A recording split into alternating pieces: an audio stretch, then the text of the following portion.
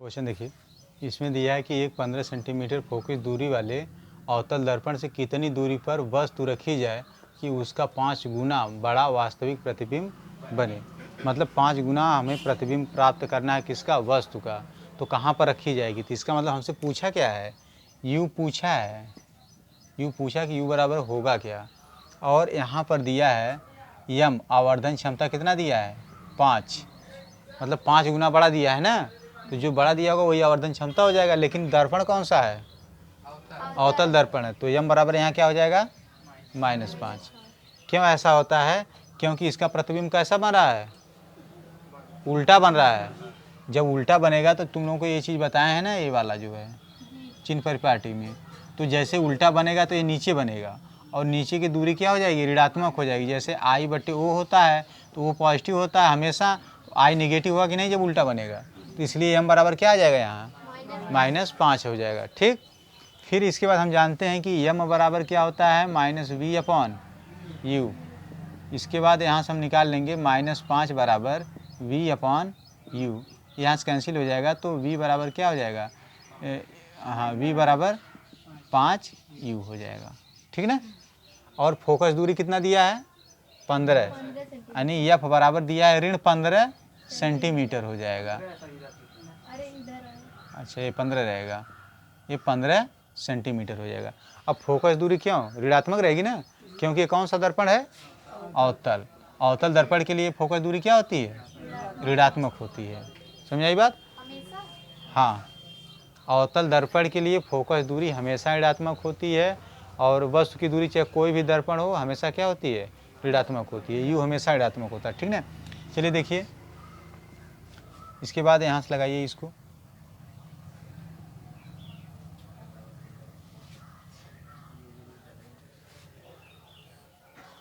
चलिए देखिए, तो यहाँ दर्पण के सूत्र से, ठीक ना, दर्पण के सूत्र से कहने का मतलब ये कि हमें यू का मान ऋणात्मक आना चाहिए। अगर यू का मान ऋणात्मक है तब सही है, नहीं आएगा तो यहाँ लोग गलत लगा रहे हो। दर्पण के सूत्र से 1/f बराबर 1/v प्लस 1/u। तो यहाँ 1/f का मान कितना है, -1/15। 1/v, v का मान कितना है, 5u प्लस 1/u, u है ना, u हो जाएगा। इसके बाद देखिए इधर -1/15 बराबर यहाँ 5u क्या कर लेंगे, एलसीएम ले लेंगे, 5u कट जाएगा तो यहाँ 1 बचेगा और प्लस 5u से u कैंसिल हो जाए तो प्लस क्या हो जाएगा, 5। तो यहाँ आ जाएगा 5u बराबर -15 गुणे 6। तो यहाँ से 5 तिहाई 15, u बराबर कितना आ जाएगा, -18 सेंटीमीटर। मतलब -18 सेंटीमीटर पर क्या होनी चाहिए, वस्तु होनी चाहिए। यही आंसर है ना। हाँ लिख लो इसको, यही आंसर है। देखिए दिया है कि वायु के सापेक्ष जल एवं कांच के अपवर्तनांक क्रमशः 4/3 और 3/2 हैं। तो ज्ञात कीजिए कांच के सापेक्ष जल का अपवर्तनांक और दूसरा क्या कहा है, जल के सापेक्ष कांच का अपवर्तनांक निकालना है। देखिए यहाँ दिया क्या है, वायु के सापेक्ष जल एवं कांच का है ना। तो वायु के सापेक्ष पहले हम किसका निकालेंगे, जल का। तो दिया है AnW, मतलब वायु के सापेक्ष जल का, पहले जल है ना, वायु के सापेक्ष जल का अपवर्तनांक कितना है, 4/3। फिर इसके बाद कहा है कि वायु के सापेक्ष कांच के अपवर्तनांक। तो कहने का मतलब AnG ग्लास, ये ग्लास हो जाएगा ना, AnG ग्लास। तो ये कितना हो जाएगा, 3/2। आई बात समझ में, मतलब ये 3/2 हो जाएगा। और पूछा क्या हमसे है कि ये बताना है कांच के सापेक्ष जल का अपवर्तनांक, यानी GnW, यही पूछा है ना, ये पूछ दिया है। और फिर क्या पूछा है, जल के सापेक्ष, हाँ ये पूछ दिया है, ये दोनों पूछा है। ठीक ना। तो चलिए यहाँ से देखिए, पहले इसको हम निकाल लेंगे। ठीक ना, इसको निकालिए, Gn W बराबर ये हो जाएगा, मतलब ये क्या है, वायु क्या नाम, ग्लास के सापेक्ष वाटर का अपवर्तनांक, मतलब जल का अपवर्तनांक। तो इसको हम लिखेंगे वायु के सापेक्ष, ये क्या हो जाएगा, वायु के सापेक्ष जल का अपवर्तनांक हो जाएगा। और बट्टे वायु के सापेक्ष ग्लास का अपर्तनांक। ठीक ना, ये बात यहाँ तक आई समझ में। अब देखिए वायु के सापेक्ष जल का अपर्तनांक 4/3 मेन बटा। इसके बाद देखिए ANG बराबर क्या दिया है 3/2, मतलब वायु के सापेक्ष ग्लास का अपर्तनांक। इसको हल कर दीजिए 4/3 गुणे 2/3 यानी क्या आ जाएगा 8/3 आ गया। ठीक ना। फिर देखिए फिर पूछा कि अब पूछा जल के सापेक्ष कांच का अपर्तनांक WNG दूसरे में पूछा है, तो यहाँ निकाल लेंगे WNG बराबर ANG अपॉन AN। यहाँ याद रखना कि जो यहाँ रहेगा उसको ऊपर लिख लेंगे, वायु के सापेक्ष ग्लास का अपर्तनांक बट्टे वायु के सापेक्ष जल का अपर्तनांक, जो यहाँ रहेगा उसी को क्या लिख लेंगे ऊपर, बस एयर के सापेक्ष कर लेंगे आ जाएगा। ठीक ना। देखिए ANG बराबर क्या है 3/2 बट्टे ANW कहाँ गया, यही है ना 4/3, ये हो जाएगा 3/2 गुणे 3/4, मतलब वही ऊपर हो जाएगा। ये 3 त्रिक के 9 रहेगा जी, 3 त्रिक के 9 बट्टे 4 दूनी 8, वही उल्टा हो जाएगा। ठीक ना, ये आंसर है। ठीक, लिख लीजिए। देखिए दिया है कि संलग्न चित्र में अपवर्तन कोण तथा माध्यम B का माध्यम A के सापेक्ष अपर्तनांक ज्ञात कीजिए। मतलब हमें B का अपर्तनांक निकालना, मतलब A के सापेक्ष B का अपर्तनांक निकालना है।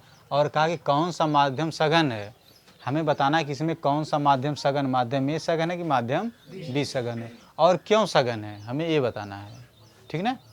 चलिए पहले इसको हल कर लेंगे, इसके बाद देखेंगे। अगर मान जो है इसका मान 1 से कम आ रहा है तब माध्यम क्या होगा, सघन होगा। ठीक ना, क्योंकि यहाँ देखो यहाँ जो है यहाँ 45 अंश बनेगा, नीचे 60 अंश बन जा रहा है।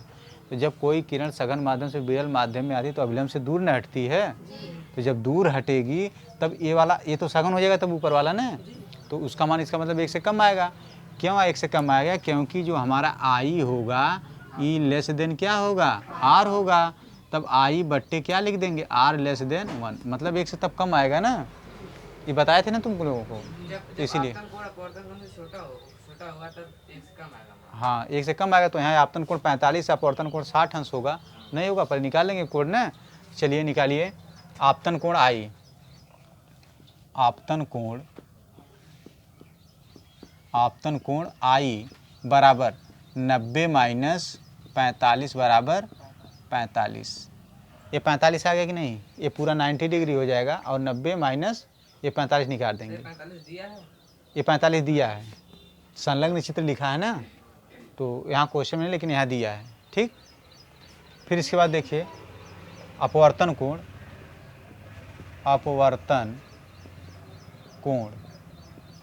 R बराबर, कोण R बराबर कितना हो जाएगा 90 माइनस 30 बराबर 60 हो जाएगा, मतलब 60 अंश हो जाएगा। तो पूछा है कि A के सापेक्ष B का अपर्तनांक बताइए। यहाँ से ना A के सापेक्ष नहीं, यहाँ लिखा माध्यम B का माध्यम A के सापेक्ष अपर्तनांक ज्ञात कीजिए, तो हमें B का अपर्तनांक निकालना है। तो उसको हम इस तरह भी कर सकते हैं कि A के सापेक्ष B का अपर्तनांक। क्वेश्चन पढ़ो, देखो क्या ध्यान से लिखा है कि माध्यम B का माध्यम A के सापेक्ष अपर्तनांक ज्ञात कीजिए, मतलब हमें B का अपर्तनांक निकालना है। तो हमें ये लिख सकते हैं ना कि माध्यम A के सापेक्ष B का अपर्तनांक, उसको इस तरह भी लिख सकते हैं। तो माध्यम A के सापेक्ष B का अपर्तनांक, माध्यम A के सापेक्ष माध्यम B का अपवर्तनांक। ठीक ना, तो यहाँ हम लिख देंगे क्या हो जाएगा sine I upon sine R हो जाएगा। तो ये बताइए I का मान कितना है, साइन I का 45 है, साइन 45 हो जाएगा अपॉन साइन 60। साइन 45 अंश का मान होता है 1/करड़ी में 2 होता है, साइन 60 अंश का मान होता है करड़ी में 3/2। इसको हल करिए, ये हो जाएगा 1/करड़ी में 2 गुणे 2/करड़ी में 3, ये हो जाएगा। और यहाँ से इसको कैंसिल कर दीजिए, तो आ जाएगा करड़ी में 2/करड़ी में 3 पर मेयीकरण कर दीजिए, करड़ी में 3/2 करड़ी में 3, ये आ जाएगा करड़ी में 6/3। तो ये बताइए, इसमें थोड़ा सा ये देख लीजिए कि यहाँ देखिए ए के सापेक्ष बी का अपूर्णांक कम आया है, 1 से कम है कि नहीं। यहाँ हल करेंगे, अगर 6 का वर्गमूल लेंगे तो जैसे मान लीजिए 6 का वर्गमूल तो जब भी आएगा तो मतलब 3 से कम में आएगा, ज़्यादा तो आएगा नहीं, क्योंकि 3 का वर्ग 9 हो जाता है और यहाँ 6 दिया है। जैसे अगर मान लीजिए यहाँ 9 होता तो 9 का वर्गमूल 3 होता, और जब 3 से 3 में भाग देते तो 1 आता, लेकिन यहाँ 6 है और 6 क्या 9 से कम है, तो वर्गमूल निकालेंगे तो कम ही आएगा ना। तो जब कम आएगा लगभग 2 दशमलव कुछ आएगा, तो यहाँ से 3 से जब डिवाइड करेंगे इसमें तो क्या हो जाएगा, कम आएगा 1 से। तो जब 1 से कम आएगा तो इसका मतलब क्या, किरण जो है सघन माध्यम से कहाँ जा रही है, विरल माध्यम में जा रही है। या अगर यहाँ से नहीं समझ में आ रहा है तो यहाँ से देख लीजिए, जैसे अभी हम यहाँ बताए हैं कि आई कितना है 45 अंश है और आर कितना है 60 अंश है। तो अभी हम यहाँ बताए थे कि आई लेस देन आर, तो आई अपॉन आर लेस देन 1, मतलब 1 से क्या होगा, छोटा। तो जैसे 45 और 60 है तो 1 से छोटा नहीं हो रहा है, या यहाँ से हम कैलकुलेशन करके निकाल सकते हैं। बात समझ में आई, ठीक है, लिख लो इसको। देखिए दिया है कि संलग्न चित्र की सहायता से द्रव के अपवर्तनांक की गणना कीजिए। मतलब यहाँ चित्र दे दिया है और हमें क्या करना है, द्रव के अपवर्तनांक की हमें गणना करना है। तो द्रव के अपवर्तनांक मतलब माध्यम वायु के सापेक्ष द्रव का अपवर्तनांक निकालना है, यानी हमको निकालना क्या है, ANL लिक्विड, ठीक ना, इसका यही हमें निकालना है, यानी वायु के सापेक्ष लिक्विड का अपवर्तनांक।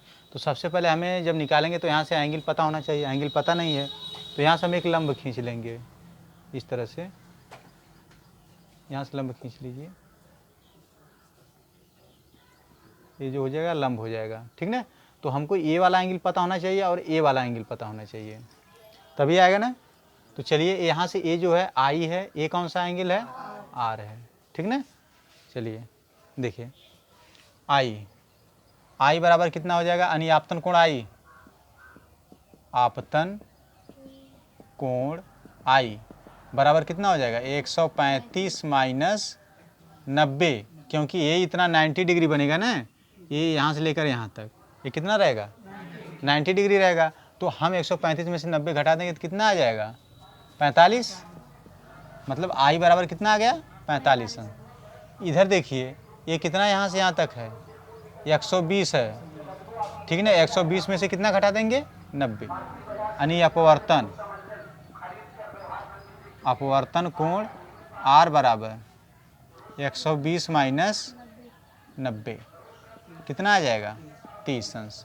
अब पूछा क्या, वायु के सापेक्ष द्रव का अपवर्तनांक, बस यहाँ से लगा दीजिए। अब ANL बराबर वायु के सापेक्ष, मतलब यहाँ लिख लेंगे ये क्या नाम, sine I upon sine R. Sine I का मान साइन 45/साइन 30 अंश आ जाएगा, 1/करड़ी में 2 और मेन बटा 1/2, ये आ जाएगा 2/करड़ी में 2, और यहाँ से जब हम परमेयीकरण इसका कर देंगे तो ये आ जाएगा 2 करड़ी में 2/2, 2 कैंसिल हो जाएगा, क्या बचेगा, करड़ी में 2 बचेगा, ठीक ना।